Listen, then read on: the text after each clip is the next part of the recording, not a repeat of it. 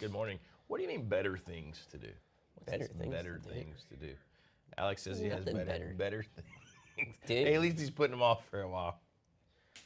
I Good mean, morning. I will say Alex probably has a boat engine he needs to go and service. He's probably got. He's got stuff. He's got like the things that actually make stuff happen. Man things. And yeah, and he's sitting here hanging out with us, Fishes to slaughter. hanging out with a bunch of girls, talking to us. That's true. That's true. I appreciate it. He also sent us some lunch money last week that I have in my Apple Wallet that Tell we'll me use. we got lunch today? We do have lunch today. Because Mama Numbers brought us lunch last week because we moved this thing down her stairs. She did. What are you going to do? She's so sweet. Chad B, you've ruined me. You've ruined me. I have had Resonator mule fever. It's your fault. I've played your guitar very much, so I hope that's okay. Chad was kind enough to let me borrow his mule, like steel body Resonator. It's like 12 fret, dude. Beautiful guitar. It's I red. don't know. It's ridiculous how good that It's gorgeous. that guitar. Sounds great. I was telling Baxter yesterday, I haven't had that much fun just playing like a different guitar in a long time. Phil Button says got my mule Mavis on Friday. How's that thing? Because those are interesting to me. And like We've had a couple of those in. what is it? The Modest Mavis is interesting to me because they're like not crazy priced. It's like the Mavis without some of the controls. I think it's just like a volume. And and I typically don't love. I didn't know there was a Modest one. There is one and sometimes he has them just available. Like you don't have to order them; they're just ready on the website. Happy birthday to Greg McFadden. I was gonna say. That is, Happy birthday, Greg, baby. we love Greg out in on good old Branson. John. Spark Brain. Yeah, man. But Tom Moscow mules are also a passion of mine. But anyways, yeah, I could see on the old Resonator why Cutaway might be nice for slide. I do too. Although But there is something kind of magical about Chad's because it's just like there's like a purity. yeah, You're in the first 12 frets and that's it. well, And if you play slide in G, it makes you do some different things, I was gonna say which I kind of like. a thought here too is detuning that thing to whatever you would like it to be. You know? Could do tune. Chad, if you know, man, tell me what gauge strings are on that thing. I might throw some new ones on there for you. But it's just fun. I put out a video of me jamming with it on Low Back and Track and Slide Here's on a Instagram. fun thing I saw yesterday, and I hope I can find it. I'm sure I can. I think I liked it. I usually send this to our little group chat that we got on Instagram whenever I find stuff that I'm like, oh, I didn't want to save that for later, because I'm also like, you'll get a kick out of it too. There's this tuning called Black Key tuning that apparently he did Superfly. What's his name? I do this every time with this guy. Like, I love his music. I don't know why the hell. I love him. I do. As soon as I pull it up, I'm going to be like, duh. Curtis Mayfield. Yeah. Curtis Mayfield did Black Key tuning is what they called it. It's not half step down or anything like that. It's actually like, it's weird. I would consider it probably closer to like an open F sharp tuning or something. Weird. But it sounded really cool and the shapes were really cool. It was this cool chick on Instagram was showing it. She was like, yeah, she was like, and then you can do stuff like this. And I was like, oh, that's neat. So just throwing that out there with Resonator stuff. Because usually open tunings with slide guitar, some people go for that. Unless you're me and you're like, God, at open tunings? Same, yeah. I'm not. I don't really, to me, I'm like, no, I'd rather know how to use, like, if I'm out playing, I want to be able to pick up my guitar Right. and be able to. It's one of these days I'm going to mess around with it. I was actually looking at those Gretsch Electromatic lap stools, not pedals. Just leave the pedal into Derek. But Yeah. there was a guy who was playing one standard tuning I saw yesterday on Gretsch's Instagram, and I was like, oh, that's cool, pretty cool. Oh, Chad's heading to Alamo music later today. Heading that'll to be Alamo. We got the Honey Picks guy in here. What's up, dude? What? We Honey got, Picks. who is this? We got Eric Gale. I don't think that's, is that? Eric Gale. Yeah, no, I'm like, I don't think that's the Not raw Gales. dog. Alex Gale. Anderson. Yes, you can bring a guitar to us if you'd like to sell it, my friend. Or if you want. If you just want to bring it in. We'll see it. He says he does want to sell. Yeah, man. We don't buy every guitar, but we buy lots of guitars. Oh, Chad, you don't have to check the website. If it's just I'll check the website and I can figure that out. Then if it's just the same old ones, I'm pretty sure they're Diodarios because they got the colored little ball ends. So no big deal. I just couldn't tell if they were 13s or what.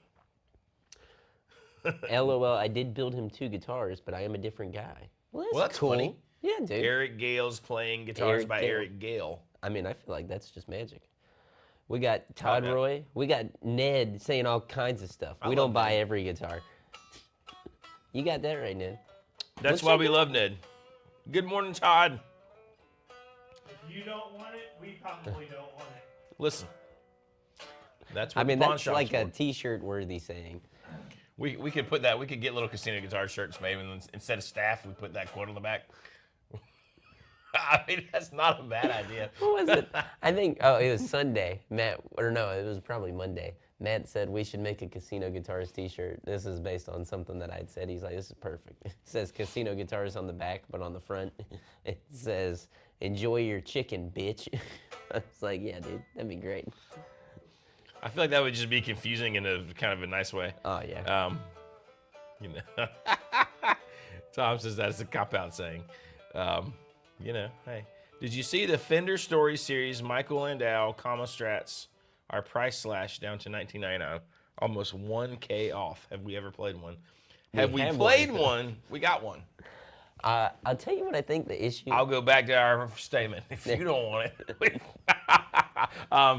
No, man, people ask about that guitar so much, and I don't mean in a like, ooh, neat, what's this? It's always like, why is it cut out like this? Blah, blah, blah. It's just like, because. You know what would have made that guitar? Is if they would have set it up so that you could put a Floyd Rose in it. The Corey Wong is also being slashed as well. Well, the Corey Wong sold well, though, for a long time. For a bit. It did much better. I don't know if anyone cared about the comma, unfortunately. Well, I also want to say this, guys. It's the Coma. Comma. Once again. Comma. Let's talk about signature models in general. I'm glad you brought this up. We were going to talk about the Red Dog some, but I wanted to talk about one that I know that Jonathan and Derek haven't really seen. Okay, well, let's talk about the Red Dog first.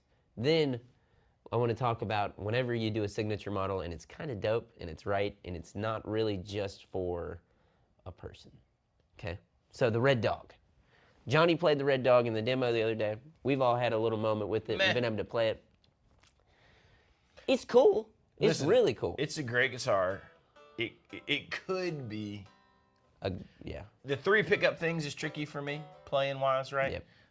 I would want to change the gauge of the strings and do a few things. But, like, that's an example to me of a guitar that I didn't, like, mesh with right away. But I know that I could, and I'd still own it because I think I could do some neat things with it. I just have, and I don't know why, this is stupid. I don't really have much of an affirmation for 3 pickup guitars that aren't usually 3 Not pickup humbucker, guitars. just Strats. Yeah, seriously, like just Strats. Like, I was thinking that the other day. It could be HSS Strat, it could be whatever, but yeah, after that. Well, like, whenever you, like, what's the strattiest sound you can have? It's the middle pickup, right? But in everything else, you have a middle pickup. It's kind of like, I don't know, like the Les Paul, the custom back there we got behind us, no good, dude. Like, it's cool, but I'd rather, I don't know, have another sound. In one word, yes, Brian Carpenter. He was He's just brown-haired Tom Petty. He's Tom Petty's guitar. Like, he was the guitar player in the Heartbreakers. Would been with Tom Petty since the get-go. He also wrote the badass lick that is in what is it, Boys of Summer? He wrote that song. He wrote that song, and Tom Petty decided it wasn't right for that record. I didn't want to say. Didn't want to say he wrote the song because I was pretty sure that's what it was. But I was like, I know that he wrote that badass lick and he played it on the record. He co-wrote pretty much all of not all, but like a lot of the Tom Petty hits. Honey Picks, we are going to Merlefest. Sean for sure is coming to Merlefest. I'll be there. I think Derek and I are going to make an appearance. Are you going to be there, man? because that would be super cool. If you're in the vendor booth, I might have to come try out some picks and buy some, because that would be awesome. But I yeah, hope the honey picks we'll be guys there. there. The Even honey if I picks don't go, I'll guys- send Sean with some pick money for myself. Dude, I'm actually playing his pick right now. I sent Denny What is that? to. That's that ginormous one. Yeah, I sent. Me and Baxter tried to. We were like, now kiss, you know. Sean's got the plague. He's dying. And I'll be dying after it is. Game over. After Scurvy. this, I'm breathing his evil germs. You know, contrary to how I look and feel right now, I mentally feel better than I probably have in 2 years. So I'm ready to whoop some ass and take some damn names, baby. Don't mess with me. No dying on stream. I'll try my best. Hi, Yins, guys. Sean's got consumption. I do. That'd be great. Consumption. He's your Huckleberry. But the Red Dog, Longer. I think we can all say it's cool. It's very cool. If you're a Mike Campbell fan, badass. I'd love to have it just for that. Listen, the Bixby is great on it. The Yeah. finish, the like checking is great. I love that it actually has the string through, so that you can Yes. take the Bixby off if you wanted to make it Yes. hardtail. That's neat. The is. pickups sound very musical. The circuit, Yeah. not my favorite thing, but I can see where it would be useful in a live setting. Yes. And I'm just having this thought now. I think Mike Campbell maybe designed that guitar to say, like, as a guitarist, if you design something like that, you're giving somebody the options to maybe nix some things that you don't like, Like, because it still has the string through on the bottom side. It's like, hey, you don't like the Bigsby and the plate? Take that stuff off. You like the 3 pickups in the circuit, you want it to be a hardtail, do that. If you don't like the 3 pickups, throw a different pick guard on there and then you got just the one. Maybe. Anyways, that's what you would do if you were a guitar player and you were thinking about others. Maybe. Just to give him a redeeming factor. I just think it's cool. I just think it's nice. Now, I want to tell it, Robitussin is a hell of a drug. Robitussin is the name of my dog, little Roby. I've talked about Roby on the stream before. That is why she is named that, is because of Robitussin. Now, anyways. That's all Yes. she drinks. That's it, dude. That's it. Now, the... Why would you ever take a Bigsby off, Alex? Oh, Crazy talk. talk. I would take a Bigsby off in a heartbeat, dude. Are you the Bigsby haters? Yeah, dude. No. I actually think whenever I take my SG to get fixed at Gibson, I'm going to tell him, take the Maestro off, and I just want the wraparound and fill those holes. It'd be kind of cool. Yeah. Hell, fuck it, It looks so cool. Two of my favorite tellies I've ever owned had Bigsby's. I've considered putting a Bigsby on the old red sparkly telly because it would be amazing, but I probably won't. Brian Carpenter says, Campbell just goes to show there are players who don't get the same recognition as the front man. Oh, yeah, I mean, for sure. There's a ton of your probably people's favorite bands. They have no idea who the guitar players. Outside of especially when you get sort of more towards the pop side of things. Yeah. Whatever. Definitely. But I mean, I feel like Mike Campbell, it's kind of like Joe Perry and Steven Tyler. You know what I mean? They're kind of a... Jimmy Page and Plant Robert Page, Plant. It's like, they came from that time where you're like, those two guys, Because even whenever he was doing just the Tom Petty stuff, like Mike Campbell was a part of that. He was there, They weren't like, get out of here. Get out of here, you dirty knob. Anyways. You old dirty knob Mike. That'd be funny if that's the reason that's the name of the band. That'd be kind of hilarious. Now, the signature model that I think everybody here might actually think is kind of cool, because I saw it and I was like, damn, I didn't expect that to look that sexy. Lee Malia from Bring Me the Horizon put out a signature model that he's been teasing for a long time, finally. It's called the Jackson LM87. If Derek can find that for us here in just a second and pull it up. It's a really, it's a vintage inspired guitar for like a metal band, which is kind of weird, but I actually feel like I kind of want one because I'm just like, damn, that's really good. Now, if you don't know, he's got a couple of custom signature model Epiphones and stuff that he's done too that sold really, really, really well. They looked awesome. But there you go. That body style is called a Surfcaster. So it's kind of like an offset shape, like a Jazzmaster, but I mean, I was like, damn. Like, he's been playing it live, and it's got like a bunch of wear on it and stuff. It's pretty cool. It's pretty cool. It's pretty cool. Now, I would swap out the bridge just to be a Yeah. regular old hardtail, but I get that. You know, for what they're doing, it makes sense. But I feel like this is like one of those guitars that we're gonna see in the next couple of years become the, like in the way those Squire baritones blew up. I think we're gonna see these go that way. Yeah. But yeah, he did an Epiphone RD and an Explorer that had really cool inlay work and also sounded and played really well.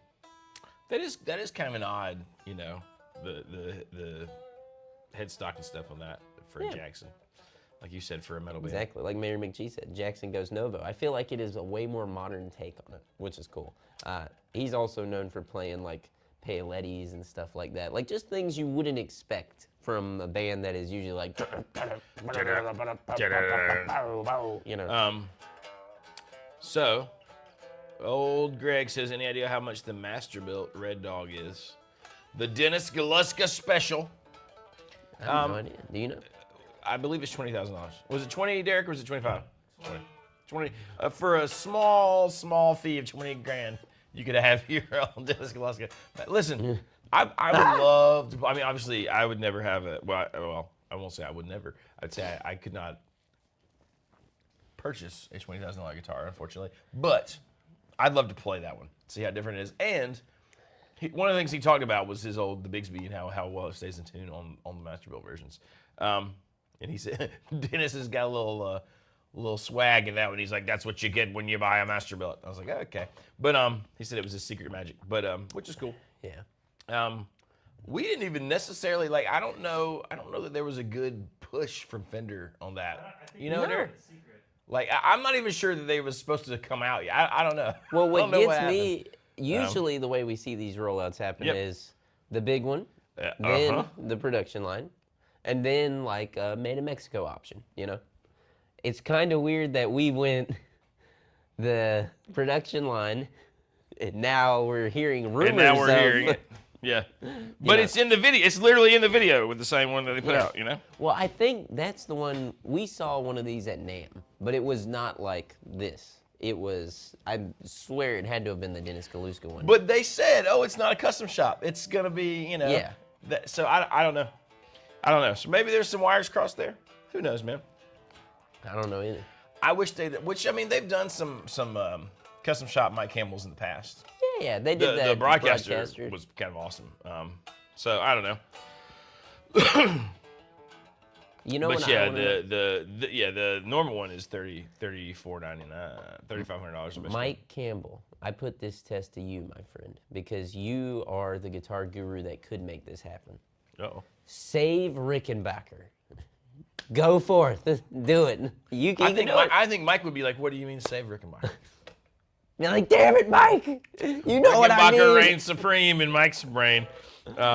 He's like, "Just go buy a vintage one." I'm like, "Damn it, Mike! You know what I mean." I've got 17. Mike would probably give you one. He'd be like, "Here you go, son." That's the thing. Someone said, who would win in a fight, the Mike Campbell telly or the Jack White telly? Mike's a pacifist. He's all about love and hippiness. I don't know, though. I mean, like, okay. Triple caster is cool. I mean, it depends on who you're going to probably go Red Dog. I'm going to go triple caster is how I feel like that would naturally work out. Like, I'm more inspired by the triple caster, but it's aimed more at me, I think. You know what I mean? I could enjoy the triple caster. I was gonna say, yeah. And I enjoyed playing the triple caster. And part of it is those damn 3 pickups. There's space with the triple caster to play in between them, and I had to like oddly move my hand on the Well, let's say Red Dog. But I don't know if I would magical world where you can modify either one of those guitars, and I'll remove pickups, whatever you want to do, we can do that. Here's my realistic answer on that, and then we'll talk magical. Is I'm not gonna play either one of those as my main guitar. I'd rather own the Red Dog just because I love Mike Campbell. Yeah. You know what I mean? Same. But I kind of think, if I'm being crazy honest, the triple caster is like a neater guitar. you know what I mean? Like it's got some neat things. And we talked about this. Whenever you have pedals built into guitars, and I'm somebody like this should be me, right? Like I should be like hard as a rock. I should be like, oh my God, rock hard. I don't know why, but whenever it's like fuzz circuits or distortions or any kind of drives and stuff like that. And I'm sure if Levi sees this, he's gonna be like, "Damn it, Sean, you motherfucker." Sean, you piece up. To me, I'm like, I want to have control over time-based effects, whether that be tremolo, delay, even like phasers and shit like that. I want to be able to turn the knob on the guitar. Specifically, I love delay effects in guitars because of the amount of control with the mix and time and all those things that I feel like you find yourself on the ground wanting to turn more. Having that there. Whenever I have a fuzz or a drive or something like that, set it and forget it, and I'm just going to hit the switch. You know what I mean? I'm not going to be trying to change anything on the fly. That's just me, you know? So That's just me. that to me, that leaves us with triple caster is where I would be at too. But I also would never play that live. Triple caster is cool. I'm kind of with, I think it was Greg that said the Red Dog. Red Dog is pretty awesome looking. I mean, just because it's more like the traditional telly with an extra cool humbucker. Couple good questions. I want to put Jescar stainless steel frets on my Gibson J45. Am I dumb? You may be dumb, but not for that reason. I say do it. Go for it. Also, Jescar, I think, is always the way to go. Love Jescar. Great frets. Yep. By the way, our good buddy Jack Stowe just got a new J45 in that Cobra Burst finish, and he sent me some video clips of it, and it sounded like a friggin' 50-year-old like Martin. It was a cannon. I don't know anybody who has cooler J45s right now than Jack Stowe, dude. Like, if Jack needs to send me one, if one needs to be here for the weekend, I'd play it for a while, you know. Me and Johnny are gonna go on a songwriting retreat, dude. We're gonna go out in the woods with these things. No, I mean, man, that's what it gets on the guitar. And then yeah, Divided by Time Studios, man, I'm all for it. I'd say do it. Then you don't have to worry about it anymore. And then I'm with Alex, waiting on the Tyrone Vaughn signature master belt. It's bound to be coming. It's on the way. Let's see, Derek, I feel like this is something you'll know about. Ben Butterfield says, probably late to the party, but what do you guys think about the closures of GAC in the UK and Bax Music? I don't know there. I mean, When did they close? Did they close a while ago or just recently? I guess it was just recently, right? I don't really know. I'd have to look into it more to know if it was like because of current things or who knows. I wish I knew more. Now, thing about Todd Roy says, oh man, Daniel Zamoris says what's better for Princeton or Vibrochamp for bedroom? Probably the Vibrochamp. Princeton's still pretty loud. If you want it to break up, you know. Hear me out. Hear this man out. I've had both. The Vibrochamp's cool, but the Princeton, I feel like, was more versatile. And I regret, I got rid of that Vibrochamp, no problem. I kind of regret not having that Princeton every day. Well, the Vibrochamp is going to be but it'd be great for your bedroom. Yeah. But you found the limit, sort of. You know what I mean? The Princeton is kind of great either way. God, I mean, that Princeton was bad. Badass. Like, I got man, dude. It's He's a red ace toad. I mean. It was sick. I kick myself in the, I'm like, man, I got a Vibrolux at home right now that the reverb's fucked up on. I was trying to figure it out last night. I was getting aggravated. And I kind of wish I just had that little Princeton there so I could be like, boop. Bang. Done. Princetons are awesome, man. And Princeton size amps are awesome. Old Todd Roy says Guthrie Trapp just got a couple really nice acoustical instruments. He did, man. Have you been following his little acoustic journey? He's been on a little. So he's now got the authentic 37 Martin, but he keeps calling it custom shop. If you see him, I think he can drop the custom shop because I think it's just the authentic 37. He's got an old J45 that he bought, right? I forgot what year was it? Like a 50s, 52?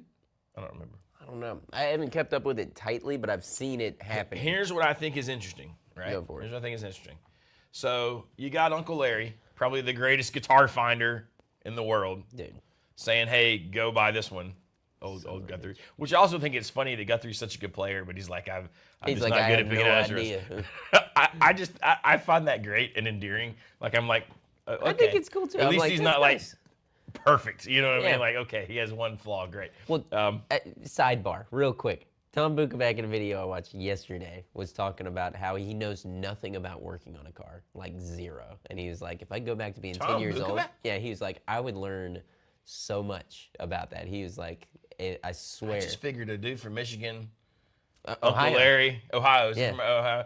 I just figured that dude Yeah. sat in his backyard with his like uncle or his dad and fixed No, old he was Mustangs. like, he just No. never paid attention to it. And it kind of made me think for a second. I was like, you know what? Damn, that's wild. Anyways, go ahead. Guthrie Trap, No. nothing about guitars. So Same thank God thing. Uncle Larry's human as well. Yeah, Thank God. exactly. Yeah, I was like, Um, man. I was like, okay. I was like, I'll anyways, fix his car. He can play badass. That's right. It was a worthy trade. So the fact that he bought that authentic 37, and then Uncle Larry's like, this is a great acoustic, should tell you, because we've said that's one of the best acoustics we've ever played. Dude. And what's his name? Jeremy Shepard, the guitar hunter, said, "Hey, best Martin I've ever played. Forget those things." Dude, If you want to point to anybody and say, "Oh, okay, here's a new guitar Good- that's as yes. good or better than anything vintage," dude, I want to that point something out. that with is this. it. This is a bigger problem. Okay, I don't know what it is. I feel like Derek falls into this camp too. There is this unabashed. He's keep like, my what name the fuck? out your mouth. Yeah. There is some weird, unabashed, like Martin, not hate, but like, I see so many people who are like, I'm like, what? Like, I think Martin makes the best damn acoustic guitar on the planet right now. I've got a 0028 that I was like, I can't buy this right now. That I'm like, I have to. And yet, I have to. Like, I literally have to. There's no other choice. I've been putting it off for too long, dude. 0028 kicks ass. 0028 kicks ass. 0017 they just came out with. Those kick ass. You play the 17s. They're good. I had to say, they went up quite a bit in price, but they changed the neck, because that was kind of the thing on the old 15 series, now the 17 series. Yeah. They're substantially better right now, so at least they're worth it for the price, I think. Sparkbrain says Martin makes the best acoustic period now, in the past or in the future. So there you go. I do think Martin has caught back up to and surpassed most of the boutique guitars that are trying to be them. In every category, like a vintage Like all the price replication, counterpoints. they're killing it there at 10 grand. There's normal run of the mill line is killing it, and then if you want the modern deluxe stuff, which is giving you these like custom appointments as if it's like a custom shop light, those are killing it too. But Ned has a really good point. I think Martin is a dumb name. Like, I can't imagine someone named Martin who isn't a nerd.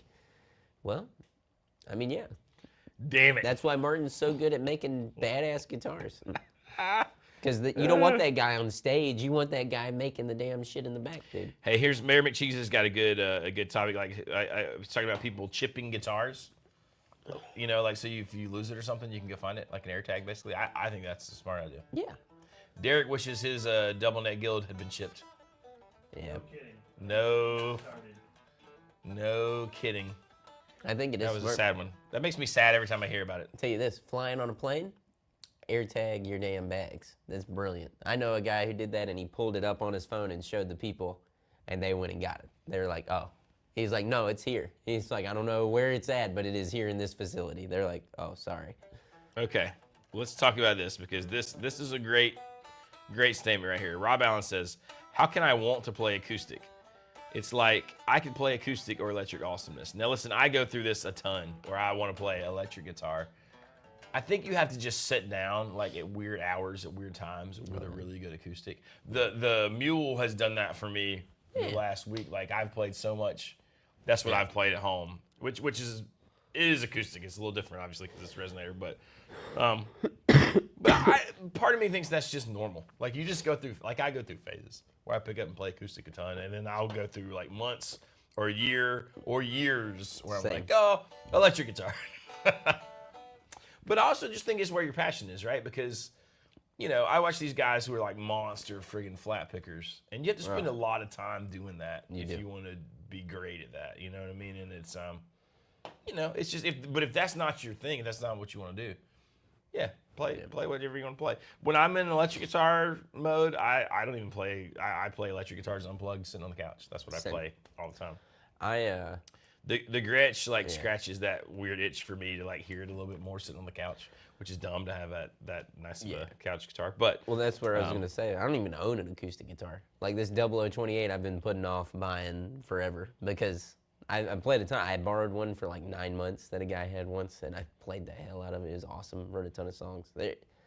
I think the key is you got to find a moment, like as things are warming up. If you live in a warmer place in the springtime, go sit on your back porch, and you'll want to pick it up and play it. And I do think that having a nice acoustic makes sense. You know what I mean? Oh yeah. Jack says, pick me. I know. I don't know what we were picking for, but you're picked, Jack. You're picked. We love Jack. Jack, I don't know if you missed it, but we were talking about your new guitar earlier and how freaking good it sounded. But yeah. Learn to play rhythm on an acoustic guitar and it makes your tone way better on electric. Sometimes. Do we think that's always true?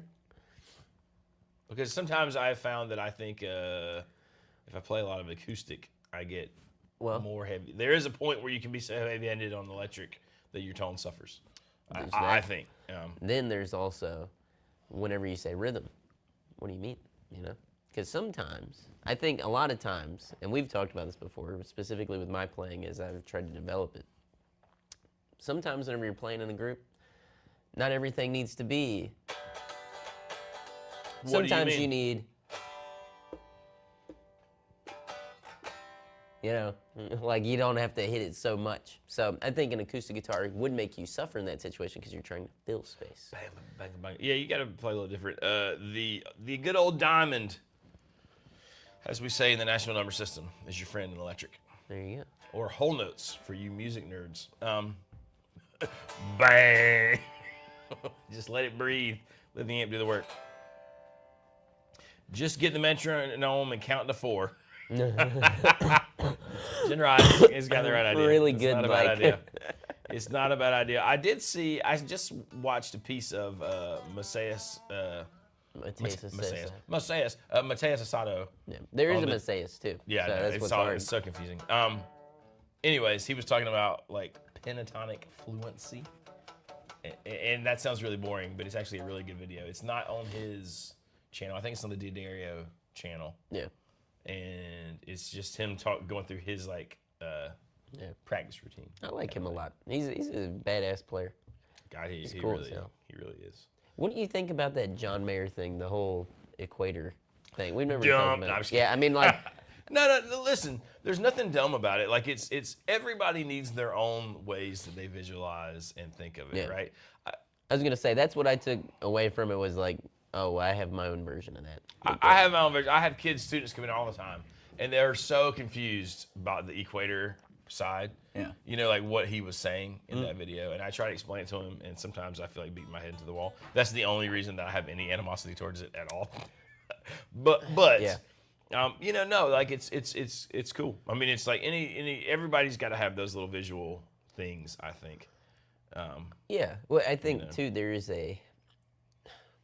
I have the same animosity whenever I have students who come in and they see some dumbass thing on triads and then they don't, my issue is not that they want to learn more with chords and stuff. It's more so that whenever they speak of triads, it's like triads are this other thing.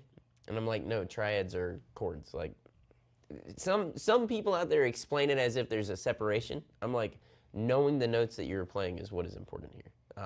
A triad is the simplest chord.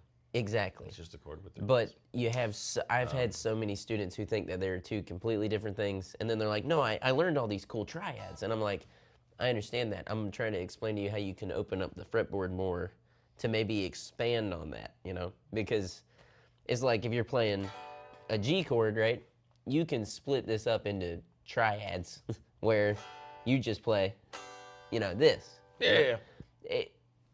It frustrates me sometimes whenever some people out there make such a separation of the two, and they just make it about these random shapes, and they don't really describe, like, no, it's just because you're taking a G, B, and D, and you're playing it here, you're playing it there, you're doing different voicings for it, and then inversions of it. Todd, I think talking about John Mayer, did explain the equator thing actually really well. Oh, yeah. I just have students who come in and they like They're confused. they smush it together with another concept that's like kind of the same thing, but it's not. That's what I mean. And it's the same one every time. But Yes. and then I have to be like, no, it's this. And they're like, but John said, and I'm like, that's not what John said. And we're not sitting there with the video, but I have pulled up the video Yes. to be like, look at what the man said. So John actually does. Yeah, it's no anything towards John Mayer in this instance. It's just But it's just funny. People latch onto it, and then it's like. And that's kind of what I mean with the triad thing too, is that it's always just, it's never that they are saying what it is, they're just ramming shit together that is like, no, it's not that, and they're like, yeah, it is. And I'm like, fuck, dude. I will say, I love triads. I have lots of triad video lesson things on my channel. I feel like you do a good job of explaining that, what the actual parallel is there. I'm thinking about revamping my own little teaching thing. Yeah. And at some point, this is a very lofty goal. I want to try to put it out like as a thing, and I don't know how to best do that. But if you guys have thoughts on it, let's see. We got $5 from Antique Rocker. In your opinion, what's the effect of an added Kaler trim, prior owner, to the trade-in value of a 1978 Guild S300D in excellent condition? Well, I'm assuming they had to. Is it the top mount kind, or is it the did they have to route out some of the top? Yes. And do you still have the original bridge with it? All good questions. And when Derek comes right back, he's the guild man, so we'll ask him. I'll say just in most scenarios, adding or changing out any parts on a guitar usually takes away some of the value. Not saying that you haven't given it a added perk, but he said it was the previous owner that did it, Oh, okay. So I don't know if you're taking the trade or making the trade. The thing about it too, man, it's probably going to take away slightly, but not always. I mean, it just depends, but probably a little bit. I don't know how much in this scenario, but Derek might have a better idea because he is like, he's the guild dude. I was gonna say on this guitar, I swapped out the original bridge for the RSD, but that also devalues it. You know what I mean? The original bridge, people are just gonna hearken to because it's like, no, that's what it was. But okay, so it is a top mount, so no routing, so that's good. That's great because the routing would have probably been a pretty big hit. But you could find the original bridge, is what it sounds like too. So. Alex said, like putting a Bigsby on the Red Sparkle. The difference with the Red Sparkle is that I'll just be buried with that guitar. Like, it's not going to go anywhere. Yeah. And if I was going to do it, I'd put a Vibromate so I could take it back off if I wanted to. Yeah. That'd be pretty easy. I wouldn't really do it on the Red Sparkle, but I hadn't thought about it before. I wouldn't really do it. As long, I work at a guitar store, so I have access to Bigsby guitars. But there was a time in my life where I thought, but I used to have a badass Nash T63, which is like their thin line telly, custom. So it was Lake Placid blue, it was double bound, it had a Lollertron in the neck and a Lollar specialty in the bridge, and a Bigsby, and that was a sexy guitar. Yeah, well, I think sometimes hardtails don't get the love that they deserve, because I don't have a great hardtail guitar right now, and it's a little disappointing. Like having something. You have anything with a hardtail? I got shit, dude. Well, dude, I have 5 springs in my Strat, so it like, and I don't ever put the trim arm in anymore. And then I have the telly and the friggin' my 335. So pretty much everything I'm playing a lot right now, like gigging, is essentially a hardtail. All I know my the Strat's stuff, not technically. Well, all my Strats are set up that way. But the problem with the springs in a Strat, no matter what, You still hear them. No matter what, you still hear them, and I still feel like, and mine snapped. Like it is as tight to that body as it can be. You know what I mean? I got all that stuff. You know, it's not moving. Whenever I do a bend, I can bend like a motherfucker. That bridge doesn't move. Yeah, mine neither. But no matter what, you still lose some of that sustain through that bridge. I don't care who you are. Whenever you hear that sympathetic noise back there, that is the vibration being lost. It drives me fucking insane. Greg McFadden says he popped a Bigsby on his 50s LP standard P90s. Oh my God, with this Vibramate. It's super easy. The guitar is much cooler. I mean, that's kind of amazing. That's super awesome. Yeah. Someone said, was it Sean said that the Nash said, or Alex said he almost bought a Nash S60 the other day. Yeah, Sean McKenzie says the red sparkle reminds me of Michael Jordan. The Bulls, baby. The 90s Bulls. You know how many conversations me and Johnny have had late at night about the Bulls? Dude, I'm watching there's a documentary on, I don't know what it's on, but I'm watching it right now with Elijah about the Celtics and the Lakers. Like the big rivalry, like leading up to Magic and freaking Larry Bird. Has he watched the Last Dance documentary? I haven't let him watch that one yet. We're getting there. It's gonna be so dope, dude. But we sit around watching Michael Jordan highlights all the time, trying to raise him right. Because man, I was a Michael Jordan fanatic growing up. Well, dude, I mean, there. F-bomb. What? Could you start saying F more? More. Just Fuck. I was gonna say something else. I don't abuse the F-bomb. That's true. Because I don't want to abuse the bonus either. Because I do feel like there comes a point where the F-bomb is needed. And that was one that I'm like, yeah. Zoot says, you might know the answer to this, Sean. Can you ask your PRS rep if we can special order an NF53 without the pick card? What? Paul's like, hell no. I know, I was going to say, I mean, I can talk to him about it. I'm going to assume the answer will be no, but let me check and see, dude. Like, email us at your leisure, just so that I have your contact in there to make sure that I can reach back out to you with the answer. But let me see. It might be small enough, like factory-wise, that we could, like they might be like, yeah, sure, whatever. Here's a good actual, like a good discussion question. Are there any mods that actually increase the value, like a Bigsby or a pickup? Not really. Like, it's kind of like souping up your car, right? Like, there are things you can do to your guitar that won't necessarily detract from the value of certain guitars. Yep. But it's really rare to have anything that, because it's not like, oh man, I put $600 into this thing changing the pickups. Like, best you're gonna do is still the top value for that guitar. Yeah. Do you know what I mean? Like, you might not kill the value or decrease much. Yep. But I can't think of hardly any scenario where, it's like, oh, well, now I want this. I mean, yeah. Maybe if we're talking super low-end guitars like Squires and you put crazy nice pickups in it.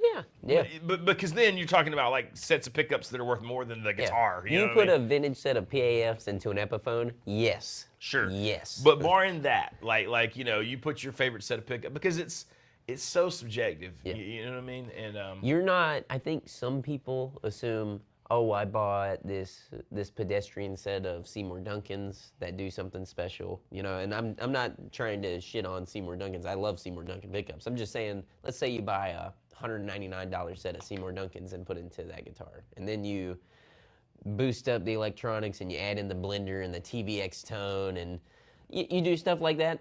The issue is that might be stuff that you like, but whoever the guy is buying it, even if he secretly likes it, he's gonna be like, oh, you changed your stuff. Well, it's the negotiation. You just don't get your money that you back out of those things you change. Now, once again, talking about a guitar like this is a 61 Jazzmaster. If I bought the Mastery bridge and put on this thing, and then I have the original bridge in the case, that technically adds a little bit of value, but I still got the original bridge. You got to be able to roll with that. You know what I mean? And be like, no, I still got all these OG parts. So Mayor McCheese says, better question, what drives value? Quality, tonality, or factory specs? And will that change moving forward? The weird thing, right, is it's factory specs totally from a collector like mindset. But that drives what we perceive as the negotiation, like Sean said, even when you're buying it to play. Yep.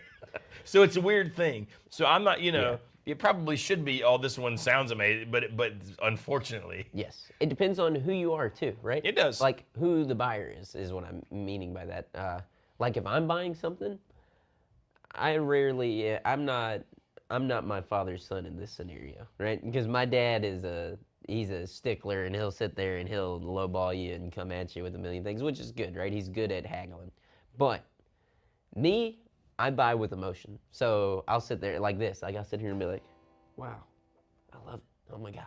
Like I'll be all into it, right? I gotta have it. I gotta have it. And then I usually just find myself conversing with people as a human being, not as somebody who's trying to get a crazy deal. And Not usually, me. I was gonna say, it usually works out in the sense where the people are like, oh, you like actually want it. I'm like, yeah, no, like I love this. Like I'm gonna keep this forever until like if something horrible happens and I gotta get rid of it, you know. But I find that people resonate with stuff like that. So what I'm saying is a little bit of kindness and understanding in the world. You might be surprised that the Space Echo is that way for me.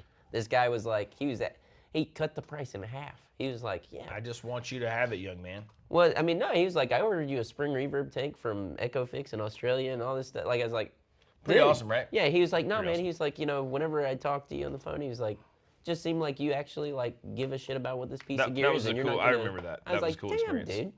I mean, that's badass, you know? Pour My Songs Out says, what about tuner upgrades? Tuner upgrades don't exist. They're a myth.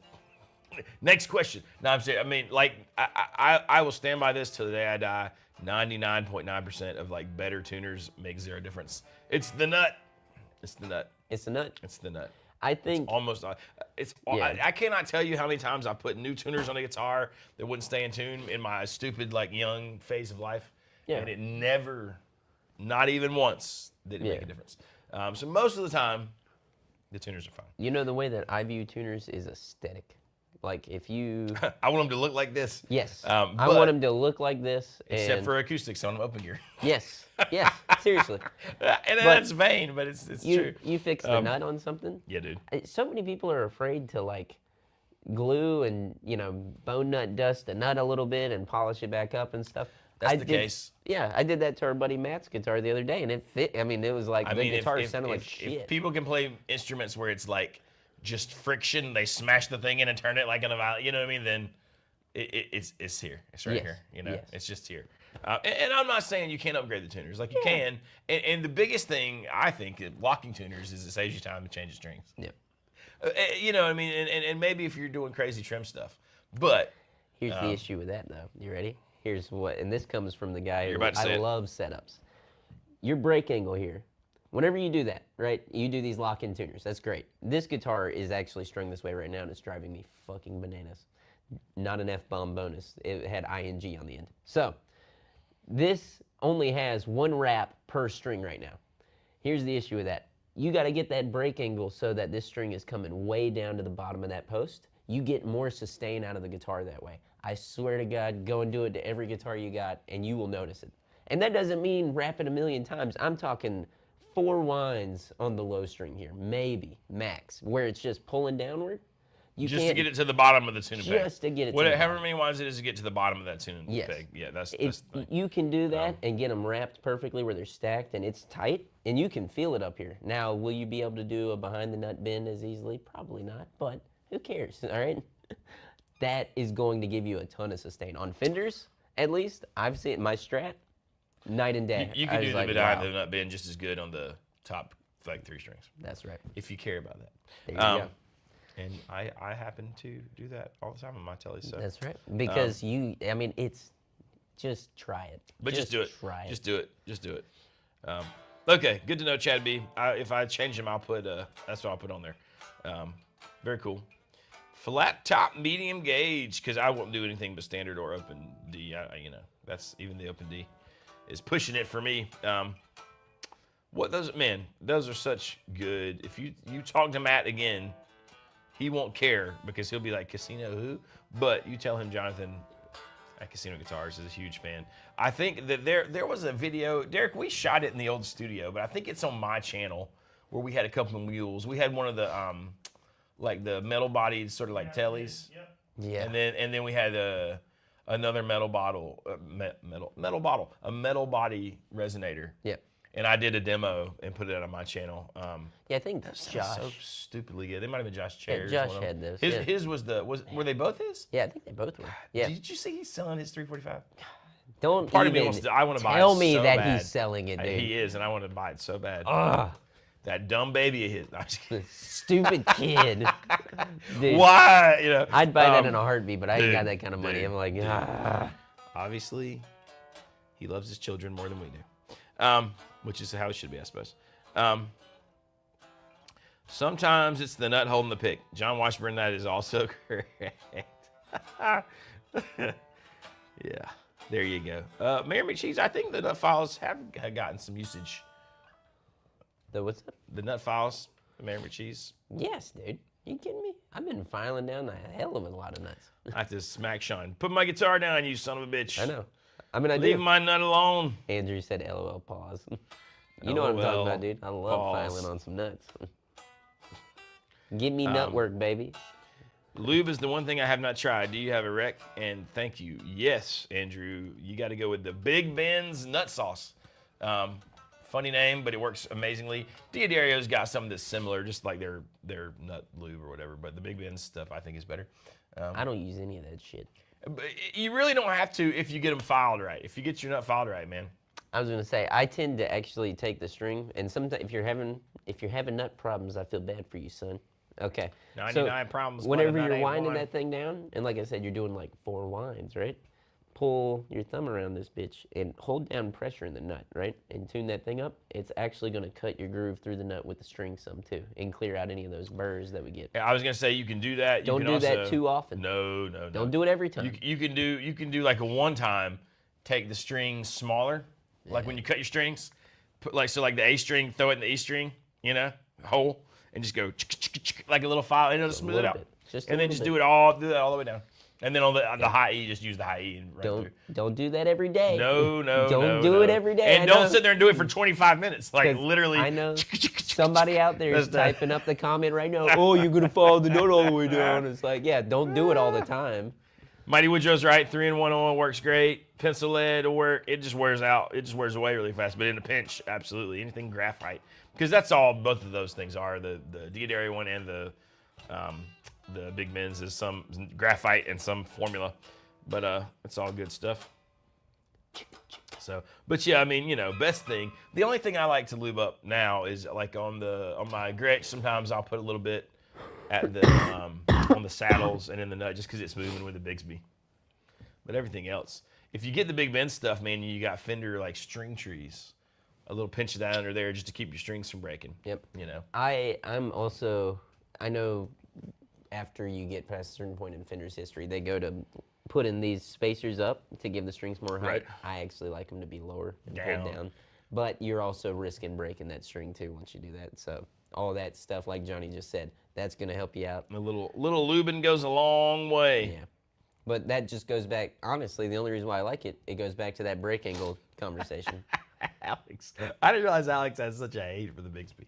I'm going to start sending you Bigsby memes. I mean, straight up, dude. Like, I get it. I love it. Tell me where the Bigsby hurt you.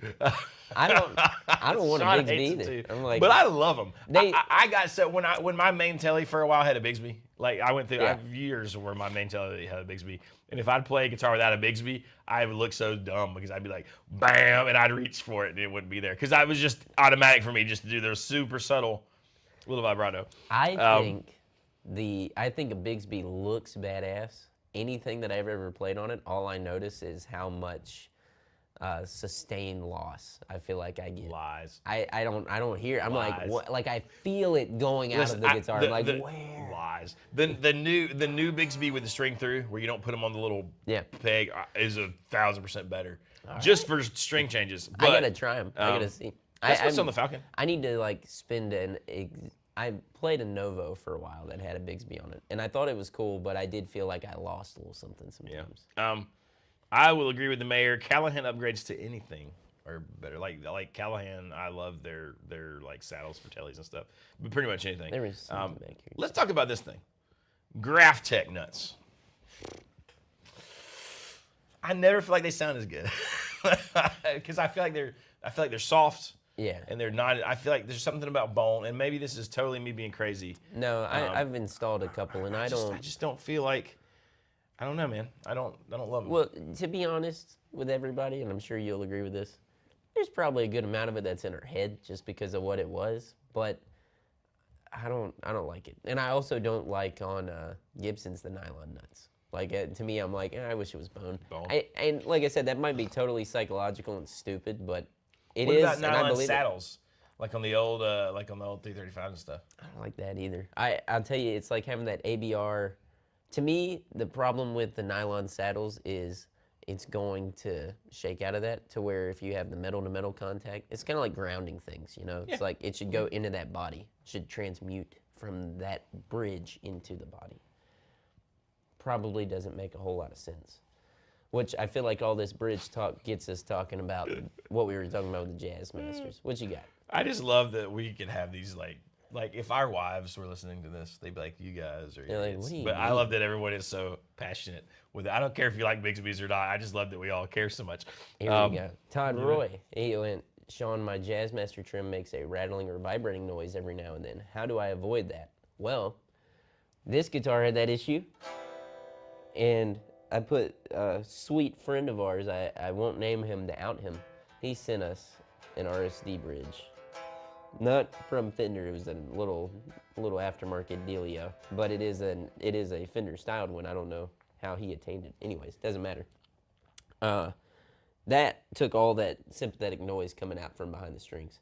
Now, if you look those up on eBay, they're crazy expensive. If you want, Jesus, if you wanted that same option without having to go that far, look at the, I think it's Halcyon, Halcon, or Mastery. You got to swap out this bridge piece. Me and Johnny were just talking about this before we went live. How horrible of a design that bridge, that original bridge, is on a Jazzmaster. Because it's just got all these points where it's going to hit and it's going to rattle and it's going to make sound and it kind of sucks. It was for a different time though, which I get. So, swap out that bridge, dude. And then also, Gretsch, we were talking about Gretsch and stuff like that, like their bridges are like busted. It's dumb. Music City, they do the bridge replacement for the Gretsch. Have you seen that? Yeah, I have. And It looks sexy. What's the one? There's one bridge for the Gretsch that you got to like fill out this little order form and mail it in. Like by the website, and it's supposed to be amazing. And I've almost done it a few times, but I can't decide because my Gretsch is a stupid player's edition. Like which one you got to like know which one, right? Like the right one. I'm like, damn it. But I mean, I can't think of the I'm gonna think about it.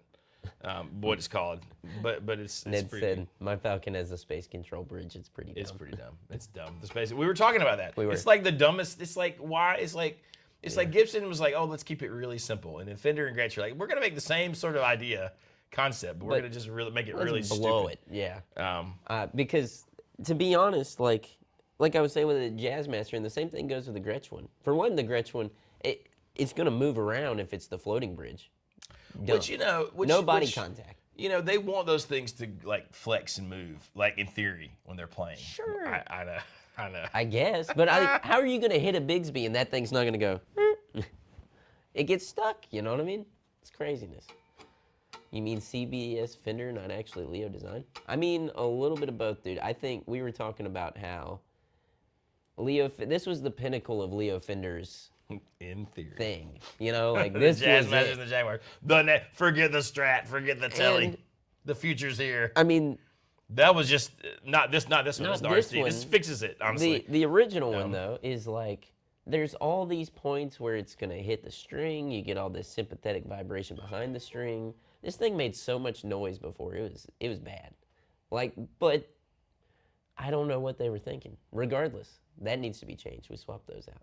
Gone.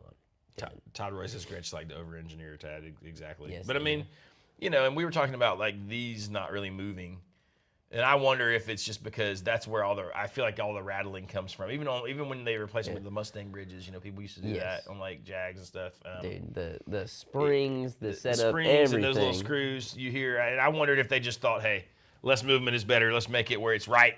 Yeah.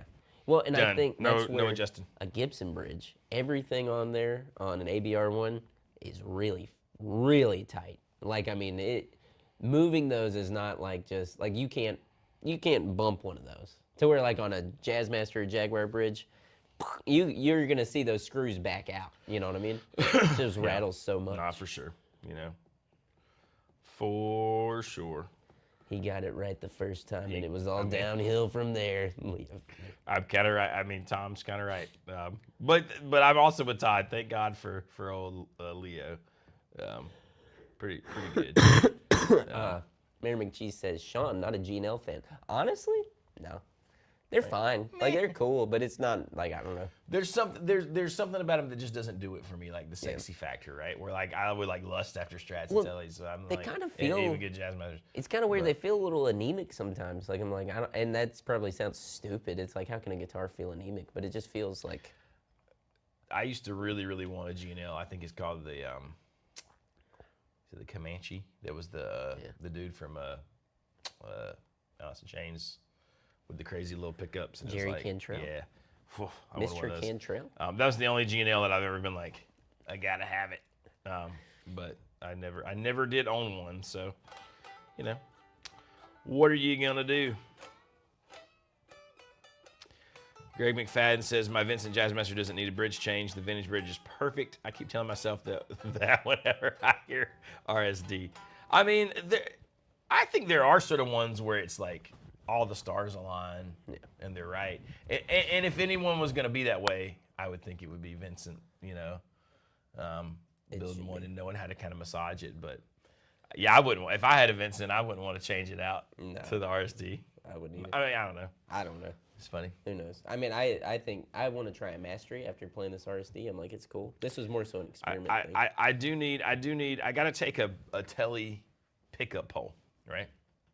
Oh, yeah. So, a while ago, I sweated out the old 51 no-caster that was in my Telly that I'd always loved. Always had lived on that bridge pickup, right? Yeah. Finally changed it to a Sanchez. Oh, yeah. Whatever it is, the Sanchez. The Desert Island pickup. Yes. It's the Desert Island, which is great. Yeah. But there's been a long time since I've been as happy as I used to be with the sound of that, especially with overdrive. It felt a little anemic. And I was thinking back to I had a guy set that thing up, and he's like, oh, I set the pickups at perfect level, with each other. And I think what it's been for a long time is maybe he set the bridge too low. Yeah. Because once I raised the bridge, it kind of came back to life, and I was like, because I've always been a bring him down, like not too close to the strings kind of guy. But I raised it up a little bit, but now I got to take the pick guard off to raise up the but I don't know. I've got them pretty balanced. All this to say, I'm pretty happy with the happiest I've been with it in a long time right now. Yeah. Which part of me thinks like maybe it wasn't even I don't know. The 51 was sounding weird. But part of me, our dear friend Kevin Walsh gave me a Twisted Telly bridge pickup. Yes. I kind of want to try that. Yeah. I kind of like leave good enough alone because the Sanchez is sounding really good right now. Yeah. And I know those are great pickups. He's a good dude, by the way. Check out Sanchez pickups if you're looking for pickups. And then I also, part of me wants to put a Lawler specialty because I love those. That Nash that I was telling you about, I'm like, man, that was one of the best Telly bridge sounds I've ever had. Yeah. So, what should Johnny do? Should Johnny throw in the Twisted Telly? Should I let the Sanchez lie for a little while since it's just I feel like I've just hit kind of a sweet spot with it, or should I order myself a special T? It's a tough predicament because the other thing is too is like swapping out that bridge pickup is not just like it's not like swapping out. It's the a neck. little trickier. We could throw a neck in there any day. Well, my friggin' screws are all they're disintegrated, man. I was looking at it because I almost raised and I was like, dang it. When I do it, it's gonna be a pain to get the screws out and then to get new screws, which is not a big deal. But now, okay, Todd says so you got the Twisted Telly set, which is essentially what I'd have if I put this in. So how do you how Stratty is the bridge pickup? Like, is it still Telly-ish? I'm sure you've got Instagram videos, so I'll go plunder through and look. But that it's awesome because that's kind of what I was wondering if anybody had that. So I would love to know your opinions on the actual on the because I love the twisted telly in the neck of that guitar. So I don't know much about. You don't see the bridge ones as much. Yeah. Specifically say too the pickup height situation there. Uncle Larry did a good video talking about pickup height recently too, where everybody's all caught up on it and this and that. And what's your measurements and stuff?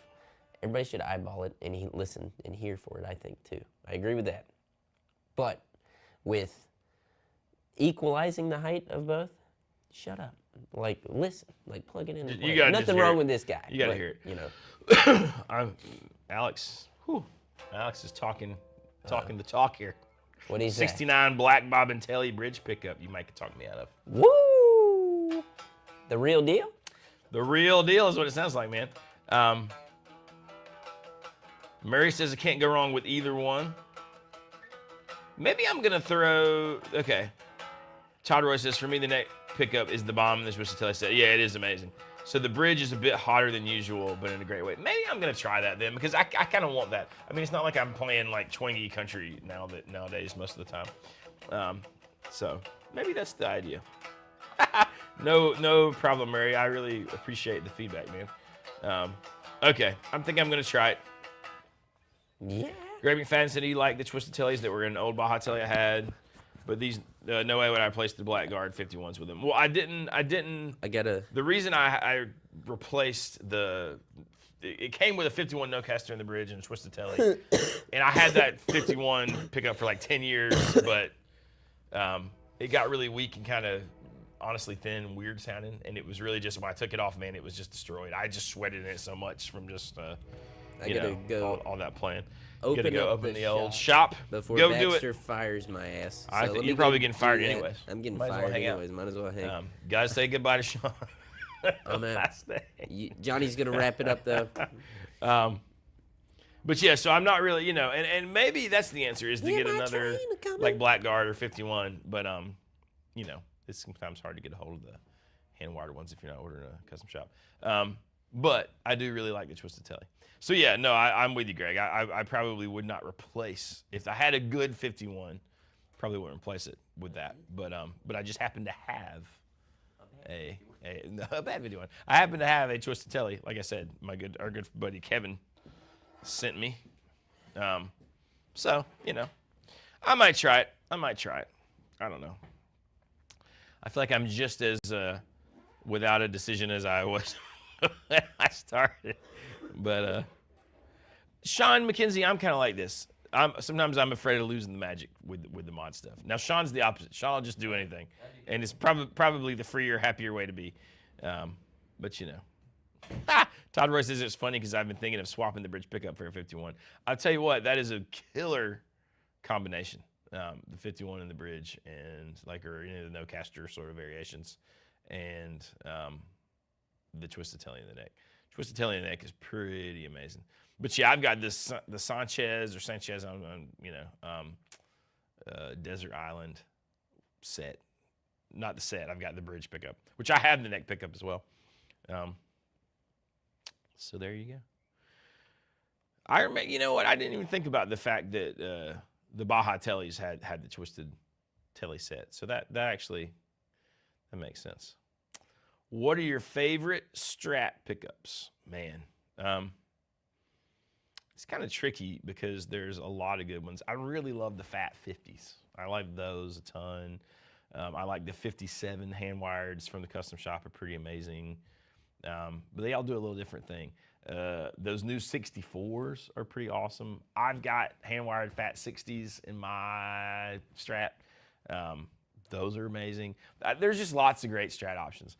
Lawler makes some of those. That blonde set from Lawler is kind of awesome. I don't know. There's just so many good sets of Strat pickups to be fair that you could get a hold of. Yeah, anything that Abby makes from the 60s would be if you could get a hold of those, that's not a bad idea. But man, there's lots of good Strat pickups. Fralin makes some amazing Strat pickups. Yeah, I mean, there's probably too many great ones to name. I used to kind of hate Texas Specials, but the ones lately that have been coming in on the custom shop stuff, I've really enjoyed, which is funny because I thought that I did not like Texas Specials that much, but some of the ones that I've actually gravitated to in the shop lately are actually hand-wired Texas Specials. So I don't know if my ears have just come around to them or if they've changed them or what, but you know, for a while I was like, I could do without them.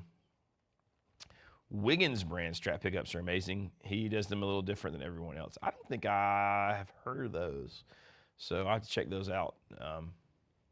But you know, Daniel says 64 Lawler sounded awesome on a comparison I saw, but then again, it was on YouTube. I mean, yeah. There's companies like that, though, like Lawler, that, you know, I pretty much trust that whatever they're making is good. Like, Lawler's one of my favorite pickup companies.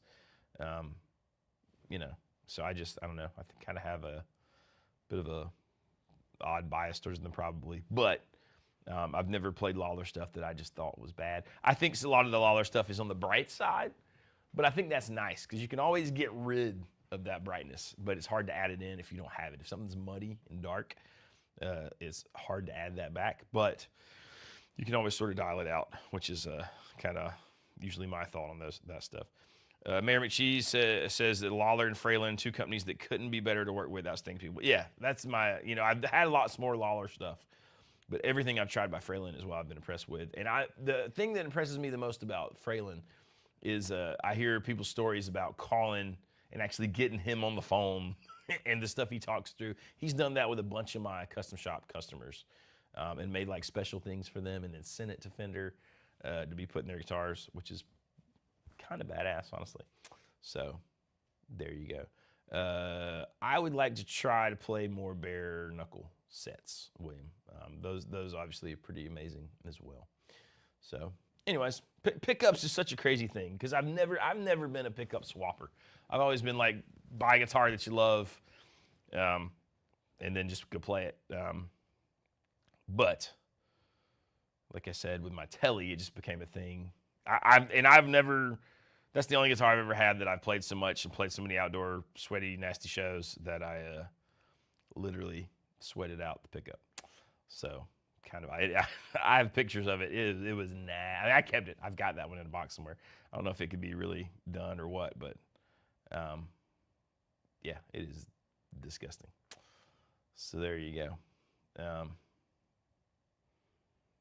But yeah, lots of fun pickups. Mayor McCheese, and I'm sure that he knows, says Lawler and Fralin are both worth contacting. Yeah, I mean, kind of awesome. I've always heard that the specialty Lawlers and the Nash Tellys, that they wound them a little differently, which is kind of cool.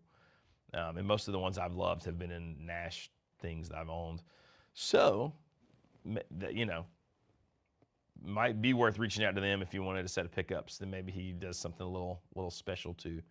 And that's just neat. Anytime you get something like that that's a little bit personalized, it's kind of fun. Sean Brick says, depends on how expensive the guitar is. If I buy some cheap Squire, yeah, I'd replace the pickups. If I buy a $1,000 guitar and I don't like the pickups, still like the guitar. Yeah, I mean, that's kind of where I am as well. And yeah, if you buy the Squire, it kind of makes sense. So anyways, I think that is about it, folks. Yeah, I hope you all have a great week. Thanks for hanging out, as always. I'll go help Sean make sure the shop's not burning down, or that Sean didn't jump on the train, or that he didn't pass out from his Robitussin ingestion. But yeah, thanks for hanging out with us. We shall see you next time. Make sure you hit like, hit subscribe, hit the bell. Tom, you're welcome. We love you guys. We'll see you next time.